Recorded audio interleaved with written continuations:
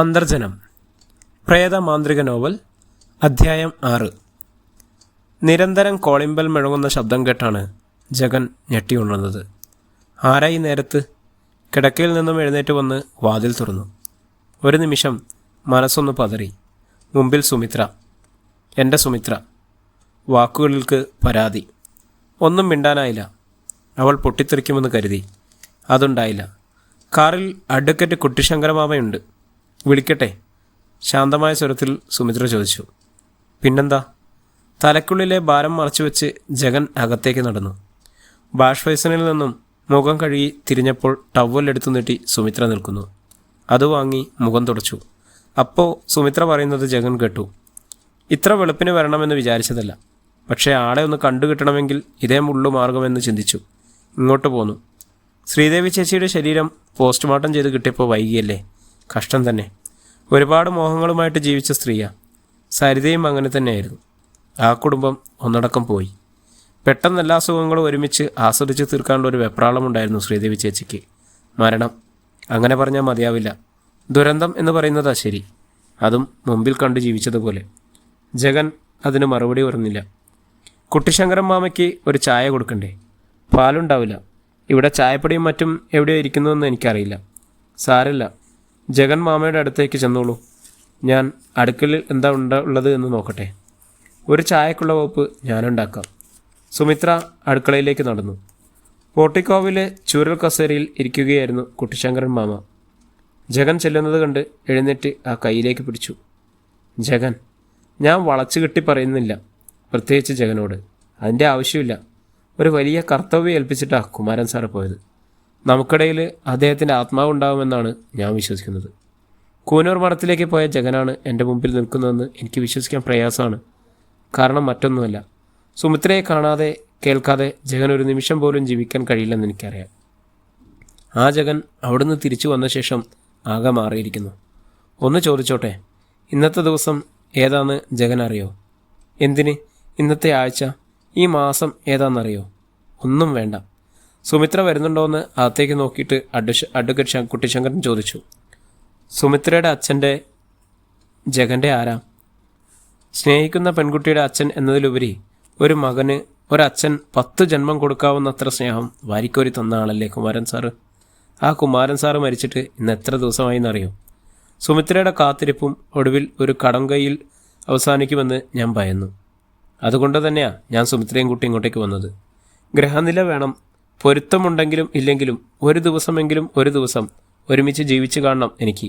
അറിയോ ജഗൻ, രാത്രി ഒരുപോലെ കണ്ണടയ്ക്കാൻ പറ്റുന്നില്ല. കാതിൽ മുഴങ്ങുന്നത് കുമാരൻ സാറിൻ്റെ തേങ്ങലാണ്. ഇറ്റിറ്റു വീഴുന്ന കണ്ണീരിൻ്റെ ശബ്ദമാണ്. അദ്ദേഹത്തിൻ്റെ തകർന്ന മുഖമാണ്. കറുത്ത കണ്ണട മുഖത്തു നിന്നും എടുത്ത് നിറഞ്ഞ കണ്ണുകൾ തുടച്ച് അഡ്വക്കേറ്റ് കുട്ടിശങ്കരൻ മാമ എന്ന ശങ്കരൻ മാമ. അതുവരെ പിടിച്ചു നിന്ന ജഗനത് താങ്ങാനായില്ല. എന്താ ശങ്കരമാമ ഇത്? ദേ, ഒന്നും നോക്കണ്ട. ഞാൻ ജനിച്ച സമയവും നാളും ദിവസവും തന്നേക്കാം. അതേ എനിക്കറിയോ. ജാതകമൊക്കെ അമ്മയുടെ കയ്യിലായിരുന്നു. ഒരിക്കലും എൻ്റെ കയ്യിൽ തന്നിട്ടില്ല. ഞാൻ ചോദിച്ചിട്ടുമില്ല. അമ്മയുടെ മുറിയിലെ മേശപ്പുറം മുഴുവൻ ശിവക്ഷേത്രത്തിൽ എനിക്ക് വേണ്ടി കഴിപ്പിച്ച മുത്തഞ്ജയ ഹോമത്തിൻ്റെ രസീതുകളാണ്. അത് വെച്ച് ഒരു തലയിണയും കിടക്കയും ഉണ്ടാക്കാം. സുമിത്ര ചായയുമായി വന്നു. തേയിലയും പഞ്ചസാരയും മാത്രം ഉണ്ടായിരുന്നുള്ളൂ. അമ്മയുടെ ചിട്ടയല്ലേ എല്ലാം. പെട്ടെന്നെടുക്കാവുന്ന വിധത്തിൽ വെച്ചിട്ടുണ്ടായിരുന്നു. ട്രേയിൽ നിന്നും കപ്പും സോസറും കയ്യിലേക്ക് എടുക്കുമ്പോൾ ജഗൻ പറഞ്ഞു. സുമി, എൻ്റെ മുറിയിൽ ഒരു മേശപ്പുറത്തൊരു പേനയുണ്ടാകാം. ഒരു കഷ്ണം വെള്ളപ്പേപ്പറും കൂടി എടുത്തോളൂ. എന്തിന് എന്ന അർത്ഥത്തിൽ സുമിത്ര ജഗനെ നോക്കി. ചിരിച്ചുകൊണ്ട് ജഗൻ പറഞ്ഞു. ഒന്നിലുമല്ല പെണ്ണേ, എൻ്റെ ജനനത്തീയതി എഴുതി കൊടുക്കാനാ. ശങ്കരമാമയ്ക്ക് നമ്മുടെ വിവാഹത്തിൻ്റെ സമയം കുറിക്കാൻ. അടുത്ത നിമിഷം ആരോ തെറ്റിത്തെറിപ്പിച്ച പോലെ കുട്ടിശങ്കരൻ മാമയുടെ കയ്യിലിരുന്ന സോസർ തറയിലേക്ക് വീണ് പൊട്ടിച്ചിതറി. സാരമില്ല, ചായ ഷട്ടിൽ വീണില്ലല്ലോ, ജഗൻ ആശ്വസിപ്പിച്ചു. ഇല്ല, വിരലുകൾക്ക് തീരെ ബലം കിട്ടിയില്ല. പിന്നെ നമ്മളൊക്കെ ഇപ്പോൾ ഈ സോസറിൽ ചായ കുടിച്ച് വലിയ ശീലമില്ലല്ലോ. സുമിത്ര നിലത്തിരുന്ന ട്രേയിലേക്ക് പൊട്ടി വീണ സോസർ കഷ്ണങ്ങൾ എടുത്തു വെച്ചു. അതുവരെ ഉണ്ടായിരുന്ന അന്തരീക്ഷത്തിൽ ഒരു മാറ്റം വന്നപോലെ. മൂവരും കുറച്ചുനേരം നിശബ്ദരായി. പുറത്ത് കാറ്റില്ലാത്ത പ്രകൃതിയും നിശ്ചലമായി. 3 സ്റ്റാർ ടിവിയുടെ ഗേറ്റ് കടന്ന് അകത്തേക്ക് പോയി ജഗൻ്റെ കാറിൽ നിന്നും ഇറങ്ങി ഓഫീസിലേക്ക് നടക്കുമ്പോൾ ഒത്തിരി നാൾ കാണാതിരുന്നത് കണ്ടതിലുള്ള ആകാംക്ഷയായിരുന്നു ജഗൻ്റെ കൂടെയുള്ള സഹപ്രവർത്തകരുടെ മുഖങ്ങളിൽ. ആദ്യം ചീഫിനെ കാണുക തന്നെ. ലിഫ്റ്റിൽ കയറി ചീഫിൻ്റെ മുറിയിലേക്ക് മുമ്പിൽ ചെന്നിറങ്ങി. VIP സന്ദർശകരുടെ തിരക്ക് തന്നെ. അദ്ദേഹത്തെ സമ്മതിക്കണം. 24 മണിക്കൂറും 3 മണിക്കൂർ മാത്രം ഉറക്കം, ബാക്കി സദാനേരം കഠിനാധ്വാനം. അതുകൊണ്ട് തന്നെ ആവാം ഒന്നുമില്ലായ്മയിൽ ഇങ്ങനെയൊരു സ്ഥാപനം കെട്ടിയുയർത്താൻ സാധിച്ചത്. PA മുഖം കാണിച്ചു. മണിയയ്യർ. ബ്ലേഡ് എന്നാണ് എല്ലാവരും വിളിക്കാറ്. ഇരുതല മൂർച്ചയാണ്. എന്തും വെട്ടിത്തുറന്ന് പറയും. ഒരു കർക്കശക്കാരനാണ്. കൃത്യനിഷ്ഠയും സത്യസന്ധതയും കൊണ്ട് ചീഫിൻ്റെ ഹൃദയം കവർന്നെടുത്ത മനുഷ്യൻ. 3 സ്റ്റാർ TV ഏറ്റവും ഉയർന്ന പദവി കൊടുക്കാൻ ചീഫ് തയ്യാറാണ്.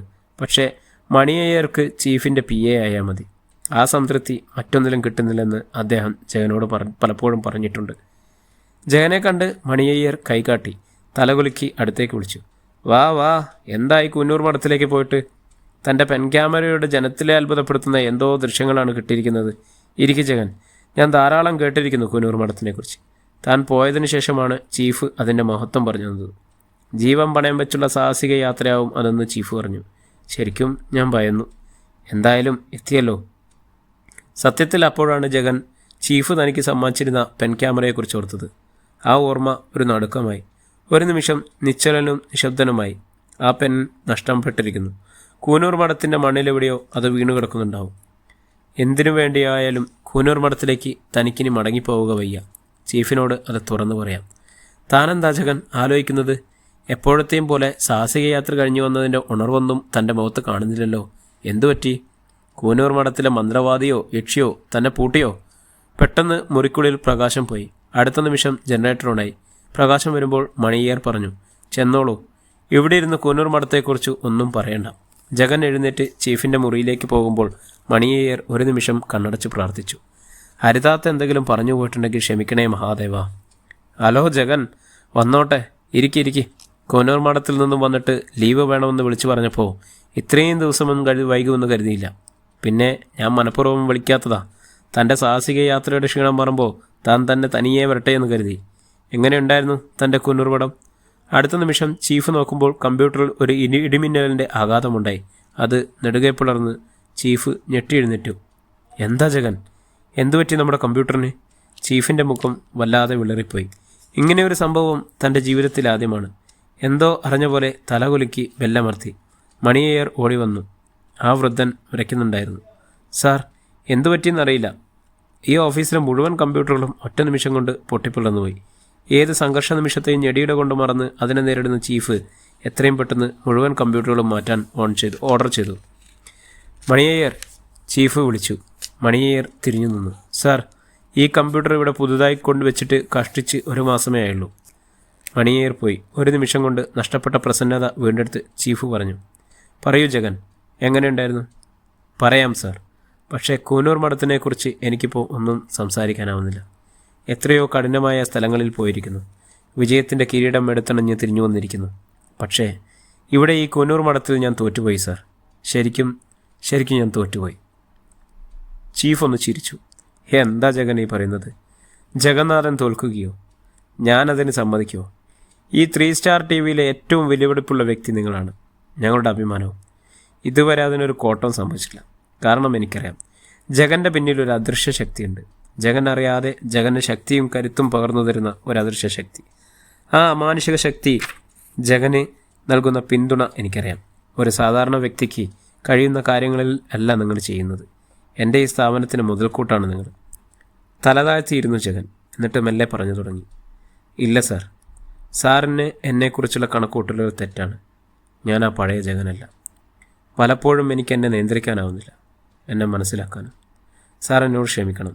കാരണം താങ്കൾ എനിക്ക് വാങ്ങിത്തന്ന ലക്ഷക്കണക്കിന് രൂപ വിലയുള്ള പെൻ ക്യാമറ എനിക്ക് എവിടെയോ നഷ്ടപ്പെട്ടു. അത് കൂനൂർ മഠത്തിലുണ്ടാവും. പക്ഷേ ഇനി അവിടേക്ക് എന്ന് പറഞ്ഞ് എന്നെ അയക്കരുത്. എൻ്റെ കയ്യിലുള്ള മുഴുവൻ സമ്പാദ്യവും ഞാൻ തന്നേക്കാം. എനിക്ക് വയ്യ സാർ, എനിക്ക് വയ്യ. ജഗൻ്റെ വർത്തമാനവും വെപ്രാളവും കണ്ട് ചിരിച്ചുപോയി ഷീവ്. ഒരു പെൻ ക്യാമറ നഷ്ടപ്പെട്ടു എന്ന് കരുതി ഈ 3 സ്റ്റാർ TVക്കോ എനിക്കോ ഒരു നഷ്ടവും സംഭവിക്കില്ല.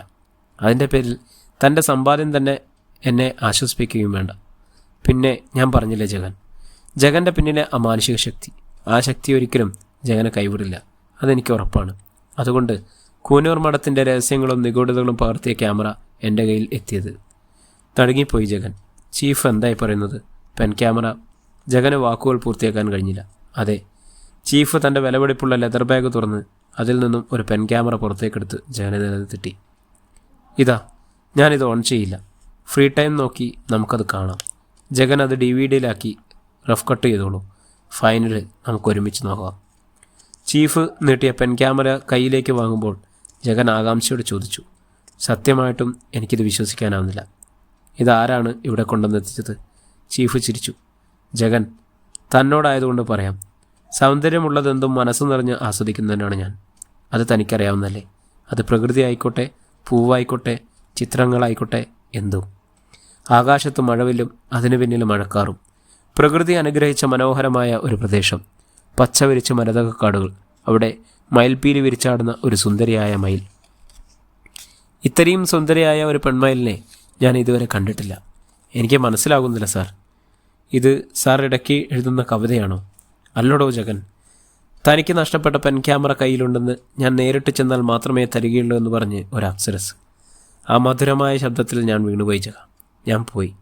ഞാൻ മുൻപ് വർണ്ണിച്ച മനോഹരമായ താഴ്വാരയിൽ സ്ഥലമേതാണെന്ന് തനിക്കറിയോ? ഭീതിയുടെ കഥകൾ സൃഷ്ടിക്കുന്ന എത്രയോ മനുഷ്യജന്മങ്ങൾ. 100 വർഷത്തിലൊരിക്കൽ തെളിയുന്ന വെളിച്ചം തേടി ജന്മം ഉപേക്ഷിച്ചുപോയ നീലിമലക്കാടിൻ്റെ താഴ്വാര. അവിടെ ഒരു പുൽമേഞ്ഞ കുടിൽ. ഏതോ കരവിരുതുള്ള കലാസംവിധായകൻ താൽക്കാലികമായി കെട്ടിപ്പൊക്കിയ ഒരു പളുങ്കുകൊട്ടാരം. സാലപഞ്ചികൾ കാവൽ നിൽക്കുന്ന ഭക്തിയുടെ നിഴൽ വീണു പടിപ്പുരം. അവിടെ ആടുന്ന തൊങ്കുമഞ്ചത്തിൽ പീലി വിരിച്ചാടുന്ന മയിലുകളെ നോക്കിക്കിടക്കുന്ന സുന്ദരി. പേര് ഞാൻ പറയാം. സാന്ദ്ര കോകില. ഒന്നും പറഞ്ഞില്ല. യാത്ര ചോദിച്ചതുമില്ല. പെൻ ക്യാമറ നീട്ടി. ഇരിക്കാൻ ഞാൻ ചുറ്റും നോക്കി. ചീഫ് പൊയ്ക്കോളൂ, അതിഥികളെ ഞാൻ ആദരിക്കാറില്ലെന്ന് പറഞ്ഞു. പക്ഷേ പുറത്തേക്ക് നടക്കുമ്പോൾ അവർ എന്നോട് ചോദിച്ചു. 3 സ്റ്റാർ ടെലിവിഷൻ ചാനലിൻ്റെ 55 ഷെയർ. പറയുന്ന വിലപേശുന്നില്ല. ഒരു വാക്ക്, ഒരേ ഒരു വാക്ക്. അങ്ങനെയൊരു ചോദ്യം എൻ്റെ ജീവിതത്തിൽ ആദ്യം. അതും ഒരു പെണ്ണിൻ്റെ നാവിൽ നിന്ന്. മറക്കില്ല ഞാൻ അവളെ. ഒരിക്കലും ഞാനത് മറക്കാനും പോകുന്നില്ല. എന്നിട്ട് സാറെന്ത് തീരുമാനിച്ചു? സാന്ദ്ര കോകിലയ്ക്ക് നമ്മുടെ ചാനലിൻ്റെ ഷെയർ കൊടുക്കുമോ? ജഗൻ ചോദിച്ചതിന് മറുപടി പറയാതെ ഒരു ഭൂതകാലത്തിൻ്റെ നടുക്കുന്ന ഓർമ്മകളിലേക്ക് ചീഫ് മുങ്ങിത്താഴുകയാണെന്ന് ജഗന് തോന്നി. ഒന്നും മിണ്ടാതെ ചീഫ് നിശബ്ദനായി ഇരിക്കുന്നത് കണ്ട് ജഗൻ എഴുന്നേറ്റ് പുറത്തേക്ക് പോയി. ചീഫ് നിവർന്നിരുന്നു. ഒരു കോകിലയെ തനിക്കറിയും. ശ്രീരേഖ കോകില. തൻ്റെ ജീവിതത്തിന് ഏണിപ്പടികൾ സമ്മാനിച്ച സുന്ദരി. അന്ധവിശ്വാസത്തിൻ്റെ അന്ധകാരം നിറഞ്ഞ സിനിമാ ലോകത്ത് മാന്ത്രികതയുടെ നിഗൂഢതകളിൽ ജീവിതം ഹോമിച്ചു തീർത്ത ശ്രീരേഖ കോകില. തൻ്റെ മനസ്സിൻ്റെ മണിച്ചപ്പിൽ താൻ സൂക്ഷിക്കുന്ന തൻ്റെ മരണം കൊണ്ട് അവസാനിക്കുന്ന രഹസ്യം. എന്നും ആ രഹസ്യത്തിൻ്റെ കാവൽക്കാരനാണ് ഞാൻ. ശ്രീരേഖ കോകിലയുടെ രഹസ്യത്തിൻ്റെ താക്കോൽ ഇന്ന് എൻ്റെ കയ്യിൽ മാത്രമല്ലേ. അത് ആർക്കു മുമ്പിലും ഞാൻ മലർക്കെ തുറന്നു കൊടുക്കില്ല. ഒരിക്കലും. ചീഫ് ഒരു മഹാദുരന്തം. മുൻപിൽ ഓർത്തെടുക്കുന്നത് പോലെ കണ്ണടച്ച് പിന്നിലേക്ക് തലചാച്ച് കിടന്നു. അപ്പോഴും അയാളുടെ മനസ്സ് മന്ത്രിച്ചുകൊണ്ടിരുന്നു. താൻ കണ്ടത് ഒരു കോകിലയാണ്. ശ്രീരേഖ കോകിലയുടെ രൂപസാദൃശ്യം അതേപടി ഒപ്പെടുത്ത സാന്ദ്ര കോകില. പക്ഷേ താൻ അത് കണ്ടെത്തും. അതാണ് ചീഫ്. 3 സ്റ്റാർ ടെലിവിഷൻ കമ്പനിയുടെ ചീഫ് ശ്യാം പ്രസാദ് ഗന്ധി. സാന്ദ്ര കോകില കുയിലിൻ്റെ ശബ്ദമുള്ള സുന്ദരിയായ പെണ്ണ്. നീലിമലക്കാടിൻ്റെ താഴ്വാരം. ഒരു കാലത്ത് കൂനൂർ മഠത്തിൻ്റെ മാന്ത്രികനായ കല്ലേരിക്കറുപ്പൻ കണ്ണപ്പൻ ആദിവാസിയായി അലഞ്ഞു നടന്ന കാട്ടുദേവതകളെ പ്രീതിപ്പെടുത്തി കൊലയും കൊള്ളയും നടത്തിയിരുന്ന നീലിമലക്കാട്. ചീഫ് പറഞ്ഞതുപോലെ 100 വർഷത്തിലൊരിക്കൽ അമാവാസിയിൽ കൊടുങ്കാട്ടിൽ ഉള്ളിൽ ഒരു വെളിച്ചം ആഘോഷത്തോളം വരും. TV ചാനലുകൾ വരുന്നതിന് മുൻപ് പലരും അത് നിശ്ചല ചിത്രമാക്കാൻ കാടിനുള്ളിലേക്ക് പോയിട്ടുണ്ട്. പക്ഷേ ആരും ഇതുവരെ മടങ്ങി വന്നിട്ടില്ല. ഗവൺമെൻറ് നിരോധിത മേഖലയാണ്. ഫോറസ്റ്റുകാർക്ക് പോലും നീലിമലക്കാടിൻ്റെ അതിർത്തി കടന്നു പോകാറില്ല, അന്വേഷിക്കാറുമില്ല. പിന്നെ എങ്ങനെ ഈ സുന്ദരിയായ സാന്ദ്ര കോകില? ശരിക്കും ആരാവർ? അവരെ ഒന്ന് കാണണം. അതിനു മുമ്പ് അവരെക്കുറിച്ച് വിശദമായി അന്വേഷിക്കണം. ടൂറിസം സെക്രട്ടറി ജയദേവൻ്റെ സുഹൃത്താണ്. എന്തായാലും ടൂറിസ്റ്റ് വികസന മേഖലയായ നീലിമലക്കാട് പ്രഖ്യാപിച്ചതുകൊണ്ട് എളുപ്പമാകും കാര്യങ്ങൾ. അതിനു മുമ്പ് പെൻ ക്യാമറയിലെ ദൃശ്യങ്ങൾ DVയിലേക്കാക്കണം. ആരും കാണരുത്. അതുപോലുള്ള എക്സ്ക്ലൂസീവായിട്ടുള്ള പ്രോഗ്രാം ചീഫ് കണ്ട ശേഷമേ ടെലികാസ്റ്റ് ചെയ്യൂ. ജഗൻ ഏത് എഡിറ്റിംഗ് സ്യൂട്ടാണ് ഫ്രീ എന്നന്വേഷിച്ച് തൻ്റെ ഓഫീസ് മുറിയിലേക്ക് നടന്നു. അപ്പോഴും ജഗൻ അവനോട് തന്നെ ചോദിച്ചു.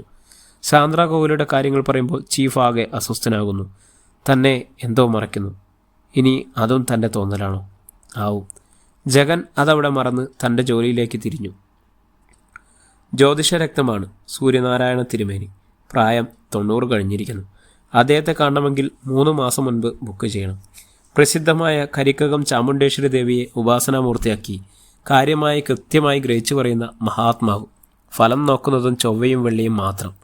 3 പേരിൽ കൂടുതൽ നോക്കില്ല. മരണം വരെ ഫലപ്രവചനം നടത്തണമെന്ന് ആഗ്രഹിക്കുന്നതായി അദ്ദേഹം TV ഇൻ്റർവ്യൂവിൽ പറയുന്നതായി കേട്ടിരുന്നു. കുട്ടിശങ്കരൻ മാമ പറഞ്ഞു, മകൻ ബാലസൂര്യനാരായണ തിരുമേനിയെ തന്നെ കാണണം. സുമിത്രയുടെയും ജഗൻ്റെയും വിവാഹത്തിന് സമയം അദ്ദേഹം തന്നെ കുറിക്കണം. കുമാരൻ വക്കീലുണ്ടായിരുന്നെങ്കിൽ സംഗതി വളരെ എളുപ്പമായിരുന്നു. കാരണം കാലങ്ങളായി കിട്ടാതെ കിടന്ന ഒരു വസ്തുവിൻ്റെ കിടപ്പവകാശം കേസ് പറഞ്ഞ് വാങ്ങിക്കൊടുത്തതാ അദ്ദേഹത്തിന്. കേസിന് കുമാരൻ സാറ് തന്നെ നേരിട്ട് എല്ലാം ചെയ്തതുകൊണ്ട് കുട്ടിശങ്കരൻ വക്കീലിന് അവരെ നേരിട്ട് പരിചയമില്ല. അകലെ നിന്നും കണ്ടിട്ടുള്ള പരിചയം മാത്രമേ ഉള്ളൂ. അല്ല സുമിത്ര, എന്തായാലും ഞാൻ ബാല്യസൂര്യനാരായണനോടൊന്ന് സംസാരിക്കാൻ പോവാം. കുമാരൻ സാറിൻ്റെ പേര് പറയാം. ഒരിക്കൽ സഹായിച്ച ആളല്ലേ. മരിച്ചുപോയി എന്ന് വിചാരിച്ച് ബന്ധം അങ്ങനെ ഉപേക്ഷിച്ച് കളയോ? ഈശ്വരപ്രതിയുള്ള വലിയ മനുഷ്യനല്ലേ അദ്ദേഹം. എൻ്റെ ശങ്കരമാമ, നേരം കുറിക്കാൻ എന്തിനാ അവിടെ വരെ പോണേ? അത് മാത്രമല്ല, അച്ഛൻ മരിച്ചിട്ട് 1 വർഷം കഴിഞ്ഞിട്ടുമില്ല. ഒരു രജിസ്റ്റർ ഓഫീസിൽ പോയി ഒന്ന് ഒപ്പിട്ട് 2 ഹാരവും ഇട്ടാൽ തീർന്നില്ലേ ജഗനും സുമിത്രയും തമ്മിലുള്ള വിവാഹം? സുമിത്ര പറഞ്ഞപ്പോൾ അത് പോരെന്ന് തലയാട്ടി കുട്ടിശങ്കരൻ വക്കീൽ. അതെ, ഉണ്ടാക്കിയ സമ്പാദ്യം മുഴുവൻ ബാങ്കിലിട്ട് ബ്ലാങ്ക് ചെക്ക് ഒപ്പിട്ട് തന്നിട്ട് അദ്ദേഹം പോയത്. ഇനിയിപ്പോൾ രജിസ്റ്റർ കല്യാണം തന്നെ ആയിക്കോട്ടെ, അതിനെ നേരം കുറിക്കും ഞാൻ. എൻ്റെ സുമിത്ര മോളെ ഇക്കാര്യത്തിൽ ഇടപെടണ്ട. ഒരച്ഛൻ്റെ സ്ഥാനത്ത് നിന്ന് എനിക്കത് ചെയ്തേ പറ്റൂ. കുട്ടി മാമ എന്താണെന്ന് വെച്ചാൽ ചെയ്തോളൂ. അങ്ങനെ തന്നെ അയക്കൂ. ജഗൻ എവിടാന്നറിയില്ല. ഇന്നു മുതൽ ഓഫീസിൽ പോകുമെന്ന് പറഞ്ഞു. ആ കൂനൂർ മഠത്തിലേക്കുള്ള യാത്രയിൽ നിന്നും മനസ്സ് മോചിപ്പിച്ചെടുക്കാൻ കുറച്ചു നേരം പിടിക്കുമെന്ന് എനിക്ക് തോന്നുന്നു. എന്തായാലും എനിക്ക് ഉറപ്പുണ്ട്, കരിങ്കകം ചാമുണ്ടേശ്വരി ദേവിയെ 7 വയസ്സ് മുതൽ പ്രാർത്ഥിച്ച് ജീവിക്കുന്നുള്ള ഞാൻ. ആ ചുമർചിത്രത്തിൽ ശക്തിയെ എനിക്കറിയാം. എൻ്റെ മനസ്സ് വിഷമിപ്പിക്കില്ല ദേവി. ജഗൻ 2 തവണ എനിക്കൊപ്പം അവിടെ വന്നതാണ്. ജഗൻ്റെ അമ്മയും കുട്ടി പലതവണ പോയിട്ടുണ്ട് ഞാൻ അവിടെ. ഇനിയിപ്പോൾ എന്തെങ്കിലും ചൊവ്വയോ വെള്ളിയോ ദിവസങ്ങളിൽ വിളിച്ചുകൊണ്ടേ പോകണം. നട തുറപ്പിച്ച് പ്രാർത്ഥിപ്പിക്കണം. രക്തപുഷ്പാർച്ചന ചെയ്ത് കയ്യിൽ ദേഹരക്ഷയുമായി കറുത്ത ചരട് ജപിച്ച് കെട്ടണം. കുട്ടിശങ്കരൻ വക്കീൽ സുമിത്ര പറയുന്നത് മുഴുവൻ കേട്ടുനിന്നു. ദൈവം ഒന്ന് വിധിച്ചിട്ടുണ്ട്, അതേ നടക്കൂ. ആ നടയിൽ നിന്ന് കൈക്കൊക്കുമ്പോൾ കിട്ടുമ്പോൾ ഒന്ന് ആശ്വാസമില്ലേ, അതാണ് പിന്നീട് അങ്ങോട്ട് ജീവിക്കാനുള്ളൊരു വിശ്വാസം തരുന്നത്. ഞാൻ ആ ജ്യോത്സ്യൻ ബാലസൂര്യനാരായണനൊന്ന് വിളിക്കട്ടെ. സൂര്യനാരായണ തിരുമേനിയുടെ ഒരു അപ്പോയിൻമെൻറ്റ് കിട്ടാൻ മോള് നിൻ്റെ ദേവിയോടൊന്ന് ഉള്ളൊരുക്കി പ്രാർത്ഥിക്കുക. കുട്ടിശങ്കരൻ വക്കീൽ ഫോണിൻ്റെ അടുത്തേക്ക് പോയി. ഒറ്റയ്ക്ക് നിന്നപ്പോൾ സുമിത്ര ആലോചിച്ചു, പാവം കുട്ടിശങ്കരൻ മാമ. അച്ഛനോടൊപ്പം എത്രയോ പേർ നിന്നിരുന്നു. ജോലി അയച്ചു വന്നവർ. എത്ര പേരെ അച്ഛൻ കൈപിടിച്ച് ഉയർത്തി പഠിപ്പിച്ചു. എത്ര പേരെ അച്ഛനെ ചതിച്ചിട്ട് പോയിരിക്കുന്നു. അച്ഛൻ ജീവിച്ചിരുന്നപ്പോൾ സ്നേഹം കൊണ്ട് വീർപ്പ് മുട്ടിച്ചിരുന്ന എത്രയോ പേർ അന്നൊക്കെയും കുട്ടിശങ്കരൻ മാമ അകന്നു നിൽക്കുന്നത് ഞാൻ കണ്ടിട്ടുണ്ട്. പക്ഷെ അവസാന കാലത്ത് അച്ഛൻ പലതും തിരിച്ചറിഞ്ഞിരുന്നുവെന്ന് എനിക്ക് തോന്നുന്നു. പലതും കുട്ടിശങ്കരൻ മാമയെ ഏൽപ്പിച്ചിരുന്നു. ഒപ്പം നിൽക്കുന്ന ഒരു വക്കീൽ എന്നതിനപ്പുറം ഒരു സഹോദരനെ പോലെ പലതും സംസാരിച്ചിരുന്നു, വിശ്വസിച്ചിരുന്നു. യഥാർത്ഥത്തിൽ ഒരു വ്യക്തി നഷ്ടപ്പെട്ടു കഴിയുമ്പോൾ മാത്രമാണ് അയാളെ ആരൊക്കെ സ്നേഹിച്ചിരുന്നുവെന്ന് തിരിച്ചറിയുക. അന്ന് അടുക്കളയിലുണ്ടായിരുന്ന സരോജിനി ചേച്ചി എപ്പോഴും പറയും, പാലും പഞ്ചസാരയും വാങ്ങി ചായ ഇട്ട ഞാൻ മടുത്തു. വീട്ടിൽ ചെന്ന് എത്ര തവണ കളിച്ചാലും തീരില്ല ഇതിൻ്റെ ഒരു ജാതി മണം. മോളുടെ കല്യാണം കഴിഞ്ഞപ്പോൾ സരോജ ചേച്ചി മതിയാക്കിയിരിക്കുന്നു. എല്ലാവർക്കും അവരുടേതായ പ്രശ്നങ്ങൾ. ടെലിഫോൺ വെച്ച് സന്തോഷത്തോടെ എഴുന്നേറ്റ് നിന്ന് കുട്ടിശങ്കരൻ മാമ, ദേവി കാത്തുമോളെ, ഇന്ന് ചൊവ്വാഴ്ച. പറഞ്ഞിരുന്ന ഒരാൾ ഇതുവരെ എത്തിയിട്ടില്ല, ഒന്ന് ചെന്ന് നോക്കാൻ പറഞ്ഞു. അദ്ദേഹത്തിൻ്റെ പേര് പറഞ്ഞതുകൊണ്ട് മാത്രം കിട്ടിയ നേരാ. മോള് വരുന്നുണ്ടോ? കുട്ടിശങ്കരൻ മാമ ചോദിച്ചു. ഇല്ല ശങ്കരൻ മാമ, ശങ്കരൻ മാമ പോയി വന്നോളൂ, എനിക്കിവിടെ ഇത്തിരി പണിയുണ്ട്. കുട്ടിശങ്കരൻ വക്കീൽ കാറെടുത്ത് പോയി കഴിഞ്ഞപ്പോൾ ഗേറ്റ് അടച്ചു തിരിഞ്ഞു. പെട്ടെന്ന് ഗേറ്റിൽ ആരോ തട്ടുന്നത് പോലെ തോന്നി.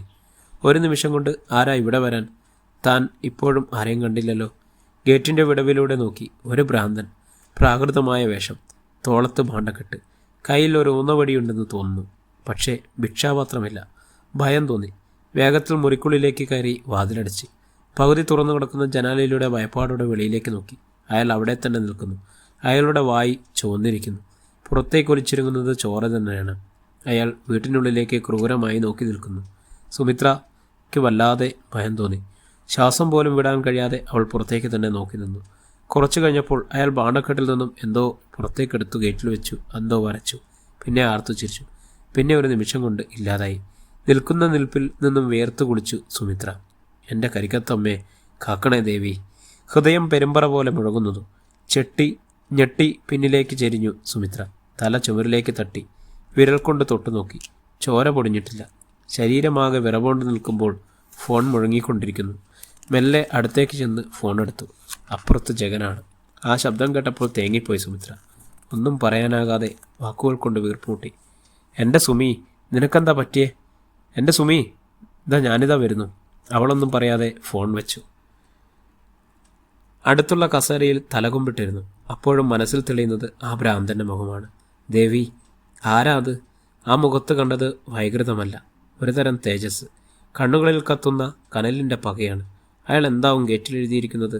പുറത്തേക്ക് ഇറങ്ങാനോ ഇരിക്കുന്ന കസേരയിൽ നിന്ന് എഴുന്നേക്കാനോ സുമിത്രയ്ക്കായില്ല. അത്രയ്ക്കും ഭയന്ന് വിറച്ചിരുന്നു അവൾ. ഗേറ്റിൽ കാർ വന്നു നിൽക്കുന്ന ശബ്ദം കേട്ട് വേഗത്തിൽ എഴുന്നേറ്റ് വാതിൽ തുറന്നു. ഗേറ്റിനപ്പുറത്ത് ജഗൻ്റെ തല കണ്ട് ഓടി ഇറങ്ങി ഗേറ്റ് തുറക്കാൻ അതിൽ പിടിച്ചത് അത്രയും ഓർമ്മയുണ്ട്. ആരോ എടുത്തെറിഞ്ഞതുപോലെ ദൂരേക്ക് തെറിച്ചു വീണു സുമിത്ര. സുമിത്രേ, പുറത്തുനിന്നും ജഗൻ വിളിച്ചു. ഗേറ്റിൻ്റെ അകത്തെ കുളത്തെടുത്ത് മാറ്റി മറ്റേ സുമിത്രയുടെ അടുത്തേക്ക് ഓടിയെത്തി. അവളെ താങ്ങിയെടുത്ത് ജഗൻ. അവൻ ഉറക്കെ വിളിച്ചു, സുമി, സുമി, എന്താടാ, എന്താ പറ്റിയതെന്ന് പറ. വെള്ളം താഴേക്ക് വെച്ച് കിടക്കയുടെ അരികിലിരുന്ന് സുമിത്രയുടെ മുഖത്തേക്ക് തൻ്റെ മുഖം ചേർത്ത് വെച്ചു. അവളുടെ ഹൃദയത്തിൻ്റെ സ്വരം ഏറ്റുവാങ്ങി. അപ്പോൾ ജഗൻ്റെ ഹൃദയം അവനോട് പറഞ്ഞു, നിന്റെ ജീവനാടായത്, നിന്റെ ജീവൻ. നിനക്ക് വേണ്ടി ജീവിക്കുന്ന പെണ്ണ്, നിനക്ക് വേണ്ടി മരിക്കാൻ തയ്യാറാകുന്ന പെണ്ണ്, ദേവി അനുഗ്രഹിച്ച പെണ്ണാത്. അവളുടെ പ്രാർത്ഥനയാണ് നിന്റെ ബാക്കി ജന്മം. ജഗൻ ഞെട്ടിയുണ്ടെന്ന് കേട്ടത് അമ്മയുടെ ശബ്ദം മാത്രം. ചുറ്റും നോക്കി. തോന്നിയതാ. സുമിത്ര എന്തോ കൊണ്ട് ഭയന്നിട്ടുണ്ടാവും. എന്തായാലും ഇതൊരു മരണവീടല്ലേ. തളർച്ചയിൽ നിന്നുണ്ടായ ഭയക്കം അറിയാതെ അവൾ തൻ്റെ മുഖം അവൻ്റെ നെഞ്ചിനോട് ചേർത്ത് വെച്ചു. അവളുടെ തലയിൽ തലോടിക്കൊണ്ട് അങ്ങനെ കിടന്നു ജഗൻ. പിന്നെ മെല്ലെ മെല്ലെ അറിയാതെ അവനും മയക്കത്തിലേക്ക് കണ്ടുപോയി. പ്രായാധിക്യം കൊണ്ട് നിലത്തിരിക്കാൻ ആവില്ല സൂര്യനാരായണൻ നമ്പൂതിരിപ്പാടനെ. എന്നിട്ടും പൂക്കൾ കൊണ്ട് മുടി വെള്ളി നിറത്തിലുള്ള ചാമുണ്ടീശ്വരി പ്രതിമകൾക്ക് എടുത്ത് കാൽമുട്ടുകൾ മടക്കി വെച്ച് തന്നെ ഇരിക്കുകയാണ്. എന്തൊരു തേജസ്സാണ് ആ മുഖത്ത്. കർപ്പൂരത്തിൻ്റെയും ചന്ദനത്തിരിയുടെയും ഗന്ധം. വരുന്നവർക്കിരിക്കാൻ അദ്ദേഹത്തിനെതിരായി ഒരു പായ് വിരിച്ചിരുന്നു. കുട്ടിശങ്കറിന് അതുവരെ ഇല്ലാത്ത ഒരു അസ്വസ്ഥത പടന്നു കയറി. അകത്തു മറ്റും ആരും ഉള്ളതായി തോന്നിയില്ല. കയറിക്കോട്ടെ എന്ന് ചോദിക്കാനും അവിടെയെങ്ങും ആരെയും കണ്ടില്ല. സുമിത്രയുടെ ജാതകക്കുറിപ്പും ജഗൻ്റെ ജനനത്തീയതിയും കയ്യിലേക്ക് വെച്ച് മെല്ലെ തൊഴുതുകൊണ്ട് അകത്തേക്ക് നോക്കി. അപ്പോൾ തലയുയർത്തി നോക്കി സൂര്യനാരായണൻ. അകത്തേക്ക് ചെല്ലാൻ തലയാട്ടി. മുൻപിലത്തെ പുൽപ്പായിലേക്ക് ഇരിക്കാൻ തുടങ്ങുമ്പോൾ വേണ്ടാന്ന് കൈകാട്ടി അദ്ദേഹം. മരവിച്ചു പോയി അഡ്വക്കേറ്റ് കുട്ടിശങ്കരൻ. എന്താന്ന് ചോദിക്കാൻ നാവ് പൊങ്ങിയില്ല. ദേവിയുടെ പ്രതിഷ്ഠയിലേക്ക് നോക്കിയിരിക്കുകയാണ് ജ്യോതിഷരക്തം സൂര്യനാരായണൻ നമ്പൂരി. അപ്പോൾ കുട്ടിശങ്കരൻ ശ്രദ്ധിച്ചു. ദേവി പ്രതിഷ്ഠയ്ക്ക് മുമ്പിൽ കത്തിച്ചു വെച്ച വിളക്ക് അണഞ്ഞു പുകഞ്ഞുകൊണ്ടിരിക്കുന്നു. ചന്ദനത്തിരികളിൽ തീയാളിപ്പടർന്ന് കത്തി ചാരം വീഴുന്നു. തൊഴുതു സൂര്യനാരായണൻ വിളിക്കുന്നത് കേട്ട്, അമ്മേ ചാമുണ്ടേശ്വരി, കരിങ്കത്തമ്മേ. അദ്ദേഹം കിതയ്ക്കുന്നത് തന്നോട് പുറംകൈ കാട്ടി പുറത്തേക്ക് ഇറങ്ങി നിൽക്കാൻ ആംഗ്യം കാണിക്കുന്നതും കണ്ടു.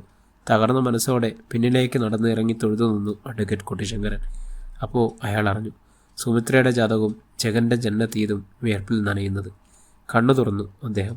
കുമാരൻ വക്കീലിൻ്റെ ആരാ? ഞാൻ ഒപ്പമുണ്ടായിരുന്ന വക്കീല. കുമാരൻ വക്കീലിന് മകളുടെ വിവാഹത്തിന് ജാതകം കൊണ്ടുവന്നിട്ടുണ്ട്. പയ്യൻ്റെ ഗ്രഹനില ഇല്ല, സമയം മാത്രമേ ഉള്ളൂ. നിങ്ങളുടെ പേരെന്താണെന്ന് പറഞ്ഞേ? കുട്ടിശങ്കരൻ. എന്നാൽ കുട്ടിശങ്കരൻ കേട്ടോളൂ, മരിച്ച ആളുടെ ജാതകം ഞാൻ നോക്കാറില്ല. നടുങ്ങി കുട്ടിച്ചരൻ. ഇല്ല, രണ്ടാളും ജീവനോടെ ഉണ്ട്. ഒന്ന് ചിരിച്ചു സൂര്യനാരായണൻ. ഓ, എന്നാൽ കാശിന് പൊഴുത്തം എഴുതി തരുന്ന ബോർഡും വെച്ച് ടി വിയിൽ മൂടിപ്പൊതിച്ചിരുന്ന് ജ്യോതിഷം വിറ്റ് കാശാക്കുന്ന ജ്യോതിഷ കച്ചവടക്കാർ കാണും. മൊത്തമായിട്ടും ചില്ലറയായിട്ടും പറയാൻ. അങ്ങോട്ട് ചെല്ലുക. എൻ്റെ ദേവി. സൂര്യനാരായണൻ വീണ്ടും കണ്ണടച്ചുറന്നു. മടക്ക യാത്ര ശ്രദ്ധിക്കാം. അദൃശ്യ ശക്തികൾ വഴിമുടക്കും. സമയം നിങ്ങളുടെ യാത്ര നന്നല്ല, പൊയ്ക്കോളൂ. ശ്വാസം മാത്രം ബാക്കിയായി വിയർപ്പിൽ കുളിച്ച ശരീരവുമായി അഡ്വക്കേറ്റ് കുട്ടിശങ്കരൻ ആ പടികൾ ഇറങ്ങി. പ്രിയപ്പെട്ട കൂട്ടുകാരെ, ഈ നോവലിൻ്റെ അടുത്ത ഭാഗത്തിനായി നമ്മളെ ചാനലൊന്ന് സബ്സ്ക്രൈബ് ചെയ്യുക, ബെല്ലൈക്കൺ അമർത്തുക. വീണ്ടും നാളെ കാണും വരേക്കും എല്ലാവർക്കും നല്ല നമസ്കാരം.